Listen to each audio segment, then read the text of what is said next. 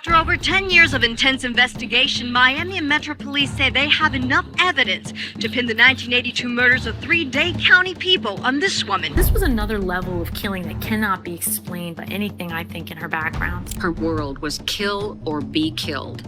And if you're gonna be a killer, be the best. If she was not one of the most prolific traffickers in the Miami area, she clearly was one of the more violent. We would just find the bodies shot in cars or restaurants or wherever. If you owed her money and you couldn't pay her, you didn't want to pay her, she would kill you. If she owed you money for a drug and she didn't feel like paying you, she'd have you killed. Anyone that got in her way, anyone that insulted her. She just didn't care. She was kind of like a 1940s version of Charlie Manson.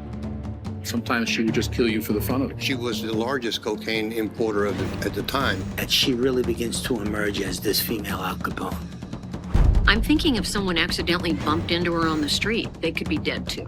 One of the most feared narcotics, homicidal maniacs that we've ever encountered. We didn't know at the time. We didn't even know who the shooters were. Threatened with jail time, the dealers start to talk, and they all whisper the same name. Griselda Blanco. This isn't just the story of a drug dealer, it's the story of a woman so ruthless that even the most powerful narcotics lords like Pablo Escobar feared. At a time when Pablo Escobar was just some punk-ass nobody, Blanco was the godmother of cocaine. Pablo Escobar wasn't for Griselda Blanco, there would be no Pablo Escobar. You're now witnessing the rise, reign, and mysterious fall of Griselda Blanco, the cocaine godmother who turned Miami into a war zone in the 70s and built a drug empire no one dared to challenge.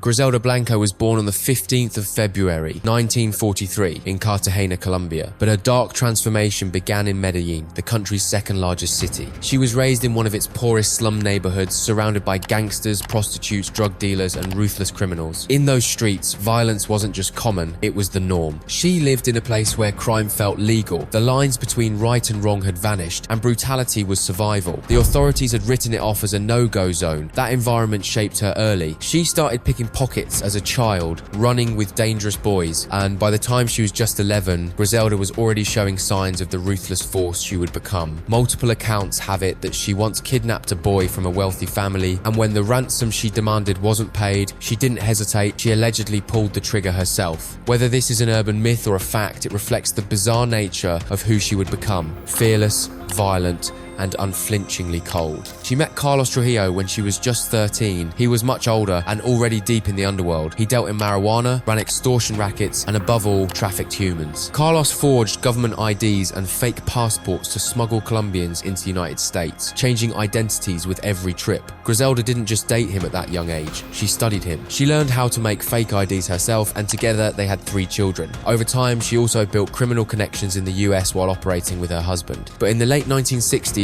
Carlos died of hepatitis B in New York, and that was when Griselda nicknamed herself as the Black Widow and took over parts of her late husband's operation.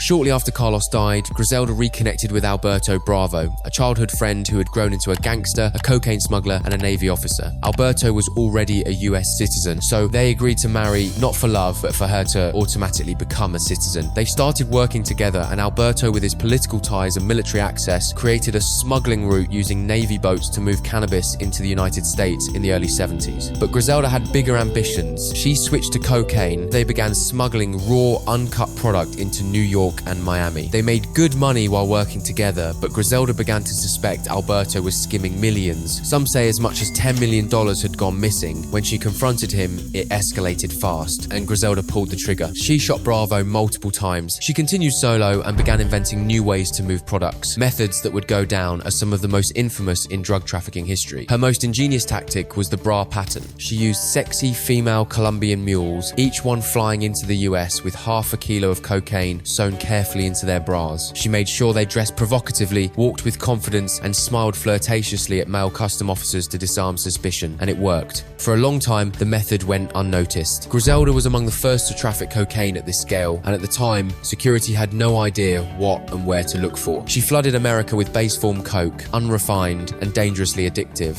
People started smoking it in droves, and demand exploded. Money came pouring in from every direction. But in 1975, during a sting operation known as Operation Banshee, she was caught with 100 kilos of cocaine. 37 other traffickers were taken down, but Griselda made history. She became the first woman to place a $1 million cash bond, jumped bail, and vanished back to Colombia so the heat could land. Back in Colombia, she set up a full-scale lab and brought in chemists she had met in New York and Peru. They began crystallizing cocaine from its raw base form faster, stronger, and more addictive. By 1979, Griselda returned to Miami, this time with an army of workers and shipments of crystallized cocaine ready for distribution. The money flowed like never before. Some say she helped build modern Miami in many ways, buying up real estates, investing in banks, and pouring cash into corporate fronts across the city. In Colombia, she was more than a trafficker. She had become a political figure, a narcotics queen, and a real estate czar. Her influence ran so deep that every dealer in Colombia needed her permission to operate in Miami. Disobedience meant death sentence. At this time, the Ochoa brothers, one of the leading cocaine kingpins who came from a legitimately wealthy family alongside Pablo Escobar and Carlos Leder, came together to expand their operations and formed what would later become the Medellin cartel. Since Blanco was already running a brutal and highly efficient drug pipeline into Miami before the Medellin cartel fully took shape, the cartel's earliest operations leaned on her to move products and keep cash flowing. She had real power. The Ochoa brothers followed her lead. Her financial weight made her untouchable. No one in the organization could afford to cross her, and she knew it. Her reputation for violence only grew stronger. Griselda Blanco didn't hesitate to kill rivals, business partners, even lovers. She ruled through fear and demanded respect through intimidation. Her unpredictability made even Pablo Escobar and the Ochoa tread carefully.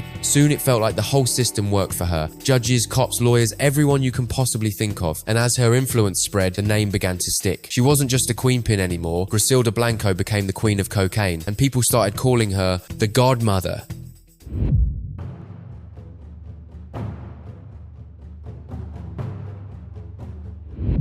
Now that Griselda Blanco had made a lot of money and committed more crimes than anyone could count, she needed someone powerful to watch her back. While in Colombia, she heard about a criminal who had just robbed one of the country's biggest banks at that time, El Banco Nacional, also known as the National Bank. She reached out to him and they started working together. Later, they fell in love, got married, and had Griselda's fourth child, Michael Corleone Blanco. They kept moving products, making more money, and rising in power, and the higher Griselda climbed, the colder she became. Then in 1981, the Miami drug war epidemic, also known as the Cowboy Wars, exploded. Around this time, Griselda met Rivi Ayala, right in the heart of the bloodiest years Miami had ever seen. Their partnership would go on to become one of the deadliest alliances in the entire Cocaine Cowboys saga. Rivi became her most trusted and most notorious hitman, and with him by her side, Griselda was allegedly responsible for over 250 murders. If you owed her and didn't pay, you get killed. If she owed you and didn't feel like paying, you still get killed. Her victims were taken out in every way imaginable.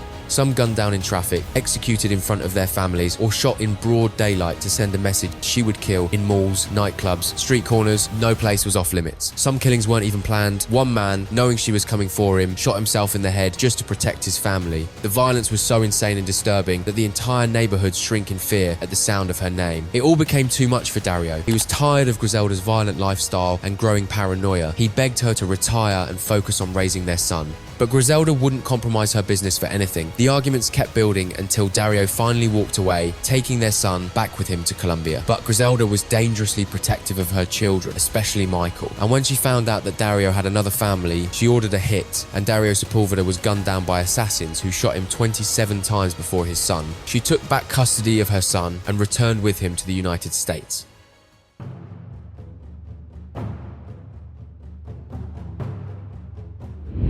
While the killings raged on, the Drug Enforcement Administration, the local police, the FBI, and other federal agents assumed a man was behind them. But every time someone got caught, one name kept coming up: Griselda Blanco. For over 10 years, they tried to bring her down and failed. But everything changed when Chucho Castro, one of her earliest hitmen, decided to leave the game and live a quiet life with his family. Griselda saw that as betrayal, and betrayal meant death sentence. On her orders, Rivi Ayala and his crew tracked Chucho leaving a shopping mall with his 2-year-old son, Johnny. They opened fire. Chucho was was injured, but Johnny got shot and died instantly. Even Griselda hadn't expected that. The killing of a toddler shocked the city. The murder became a turning point that was used to finally build a strong case against her. By then, the DEA, feds, and enemies were all closing in. On the 17th of February, 1985, Griselda Blanco was arrested while reading the Bible in her home. She didn't resist the arrest, even though her sons were ready to help her escape. She was sentenced to 45 to 48 years in prison, but under older laws, she served only half. Even behind bars, she kept running operations. But just before her release, Rivi, who was also arrested, took a plea deal admitting to multiple murders ordered by Griselda. She now faced new charges, including the electric chair death penalty, but just before the trial began, 2 prosecution staff members were caught having phone sex and sending nudes to Rivi. The scandal destroyed the case. In 1998, Griselda pleaded guilty to 3 counts of second-degree murder and was sent back to prison. After completing her time, coincidentally, the very day she was released, Rivi was stabbed 7 times in prison. No evidence linked it to her. Griselda was deported to Colombia, where she settled in Medellin and claimed to leave the drug life behind. She became deeply religious, giving to the poor and living quietly, but karma always comes. On the 3rd of September 2012, after buying $150 worth of meat from a butcher shop, she was gunned down in the street, the same way she had ended so many lives. Now, Michael Corleone Blanco is her only surviving child. While Griselda Blanco built her empire playing dirty, Tyler Perry built his by doing the opposite. Click the thumbnail and we'll see you on the other side.